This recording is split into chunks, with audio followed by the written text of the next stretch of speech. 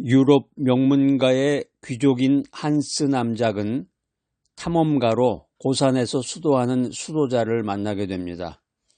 한스 남작은 수도자의 지혜와 평안에 감동을 받아서 큰 깨달음과 가르침을 배우고 자신의 내면을 비우고 진정한 평안과 자유를 찾습니다. 인간 내면의 비움이라고 하는 것은 마태복음 16장 24절에 있는 말씀처럼 자기 목숨을 구원하려는 자는 잃을 것이요. 자신을 비워야 진정한 평안을 얻을 수 있다고 성경은 말하고 있습니다. 자신을 내려놓는다. 내려놓음은 마태복음 11장 30절에 보면은 내 멍에는 쉽고 내 짐은 가볍다. 이런 말씀과 같이 자신을 진정으로 내려놓아야 진정한 프리덤을 얻을 수가 있는 것입니다. 인간 내면의 진정한 평안은 시편 4편 8절에 있는 말씀처럼 주께서 내 마음에 평안을 주시니, 이 메시지와 같이 하나님의 평안을 체험해야 됩니다. 하나님의 평안을 체험해야 진정한 인간 내면의 평안을 얻을 수 있다고 성경은 말하고 있습니다. 우리가 인생 살다 보면은 이제 욕심이라고 하는데요. 욕심에서 이제 또 한 걸음 올라가면 이제 탐욕이 될 수가 있고, 인생이라고 하는 것이 어떻게 보면은 끊임없이 무언가를 채우려고 하고, 끊임없이 무언가를 붙잡으려고 하고, 끊임없이 무언가를 쌓아두려고 합니다. 그러나 진정한 평안과 진정한 자유는 비움에서 비롯된다. 유명한 철학자이자 시인인 루미는 이런 말을 남겼습니다. 너의 마음을 비워라. 그러면 그 빈 공간에 하나님의 빛이 들어올 것이다. 이 말이 시사해주는 점은 단순히 비우는 행위가 아니라 비움으로써 더 큰 것을 맞이할 준비를 하는 삶의 지혜를 가르쳐주고 있습니다. 인생 살아가면서 믿음 생활하면서 마음을 비우는 것이 왜 중요한가? 그걸 또 어떻게 실천할 수 있을까 하는 것을 여러분과 나누고자 합니다. 오늘 첫 번째 바이블 메시지는 비움의 시작은 집착을 내려놓는 데서 시작된다. 비움의 시작입니다. 어떤 나그네가 무거운 짐을 지고서 산을 오르다가 지쳐서 쓰러지고 맙니다. 이때 지나가던 지혜자가 묻습니다. 여보세요, 왜 이렇게 무거운 짐을 지고 올라가시나요? 나그네가 대답합니다. 예, 이건 제 생명줄입니다. 절대 버릴 수가 없지요. 지혜자가 미소를 지으며 이렇게 말합니다. 짐을 내려놓으면 산을 더 쉽게 오를 수 있답니다. 나그네는 짐을 내려놓고 가벼운 발걸음으로 정상을 향했습니다. 사즉생이라는 말이 있습니다. 사즉생은 죽음이 삶을 낳는다, 이런 의미인데, 우리가 인생을 살면서 집착을 버려야 됩니다. 집착을 버릴 때 새 생명이 열린다, 이 사실을 알아야 되겠습니다. 마태복음 16장 25절에 보면은 누구든지 제 목숨을 구원하고자 하면 잃을 것이요, 누구든지 나를 위하여 제 목숨을 잃으면 찾으리라, 이렇게 기록되어 있습니다. 오늘 말씀에 보면 목숨을 구원하고자 하면, 목숨을 잃으면, 이렇게 목숨이 두 번 나오는데, 이 목숨이라고 하는 말이 헬라어로 푸시케입니다. 이 푸시케라는 말은 단순히 생명을 의미하는 게 아니라 더 나아가서 영혼과 마음과 자아까지 우리들에게 그 내용을 전해주고 있습니다. 오늘 이 마태복음 16장 말씀은 예수님께서 제자들에게 십자가의 길을 예고하시면서 하신 말씀입니다. 당시에 이 제자들이 예수님이 세상의 왕으로 오셔서 권력을 주리라, 내가 이제 한 자리 차지하겠구나. 예수님이 이제 지금식으로 얘기하면 무슨 당을 만들어 가지고 그 정치 집합체를 통해 가지고 사람들을 규합해 가지고 로마를 물리치고 세상 왕으로 등극하시겠구나, 이렇게 생각을 했는데, 오히려 예수님은 오히려 모든 것을 내려놔라, 이런 가르침을 제자들에게 전해주고 있습니다. 요한 칼빈은 마태복음 16장 25절 이 말씀을 자아의 포기라는 말로 해석을 하면서 인간의 욕망과 인간이 집착을 버릴 때 하나님의 뜻에 합당한 삶을 살 수 있다, 이렇게 표현하고 있습니다. 신학적으로 분석해 보면은 이것은 이제 하나님께 전적으로 의탁하는 믿음의 표현이다. 이렇게 말할 수 있겠습니다. 우리가 인생 살면서 내 뜻과 욕심을 내려놓아야 하나님의 더 큰 계획이 드러납니다. 교회에서도 마찬가지죠. 교회에서도 담임 목사님을 청빙한다든가 아니면 교회에서 어떤 큰 일을 하고자 할 때, 또 목사님을 중심으로 해서 무슨 일을 할 때 서로 간에 자기의 생각, 자기의 욕심을 가지고서 무언가 일을 처리하려고 하는 일들이 많습니다. 그래서 이제 분쟁이 생기기도 하고 다툼이 생기는데, 내 뜻과 욕심을 내려놓을 때 하나님의 더 큰 계획이 드러난다. 이 사실을 기억해야 되겠습니다.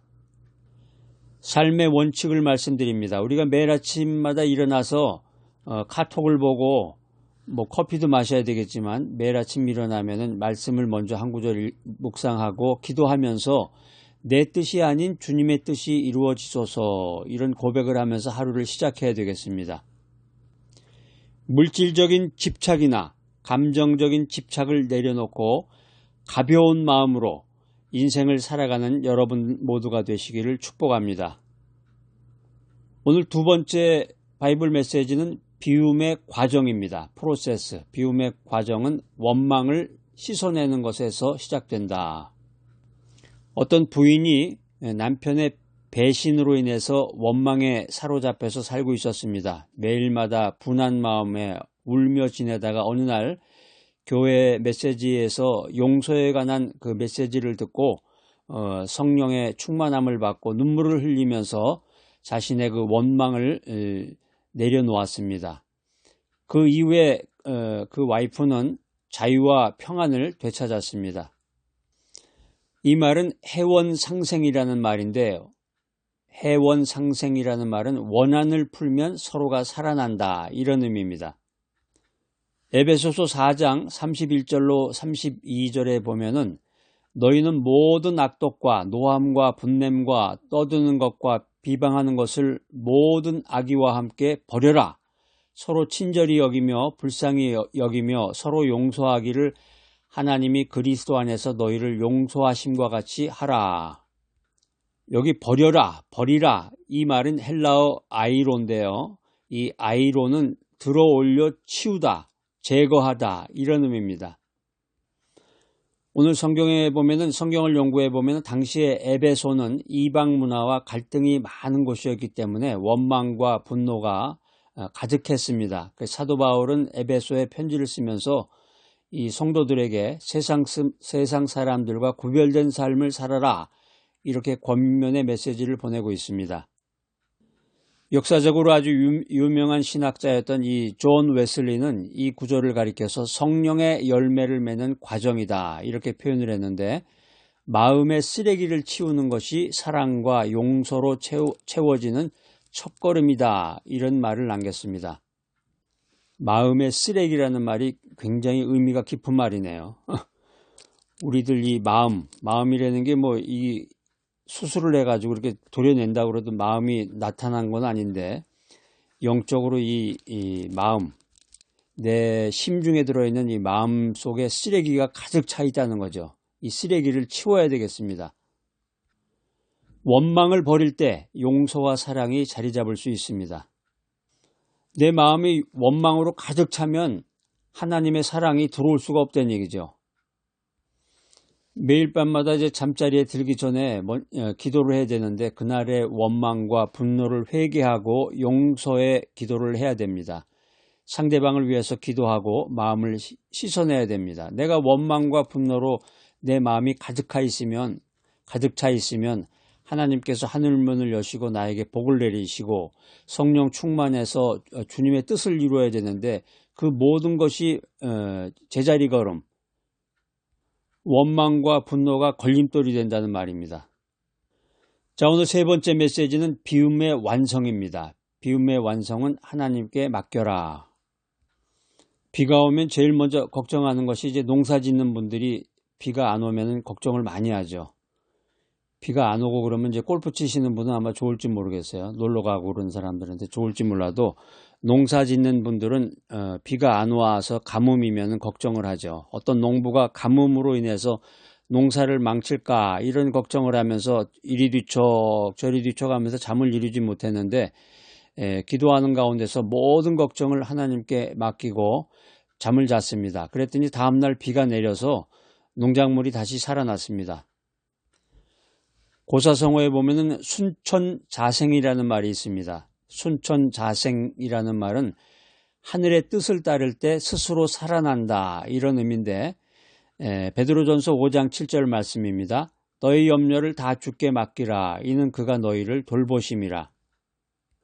너희 염려를 다 주께 맡겨라. 맡겨라 라는 말이 에피립토입니다. 헬라어로 에피립토라는 말은 무거운 것을 던지듯이 내려놓다 라는 말입니다. 오늘 성경에 보면은 베드로는 핍박받는 이 초대교회 성도들에게 편지를 씁니다. 그들은 생명의 위협 속에서도 하나님께 모든 것을 맡기라는 위로를 받았습니다.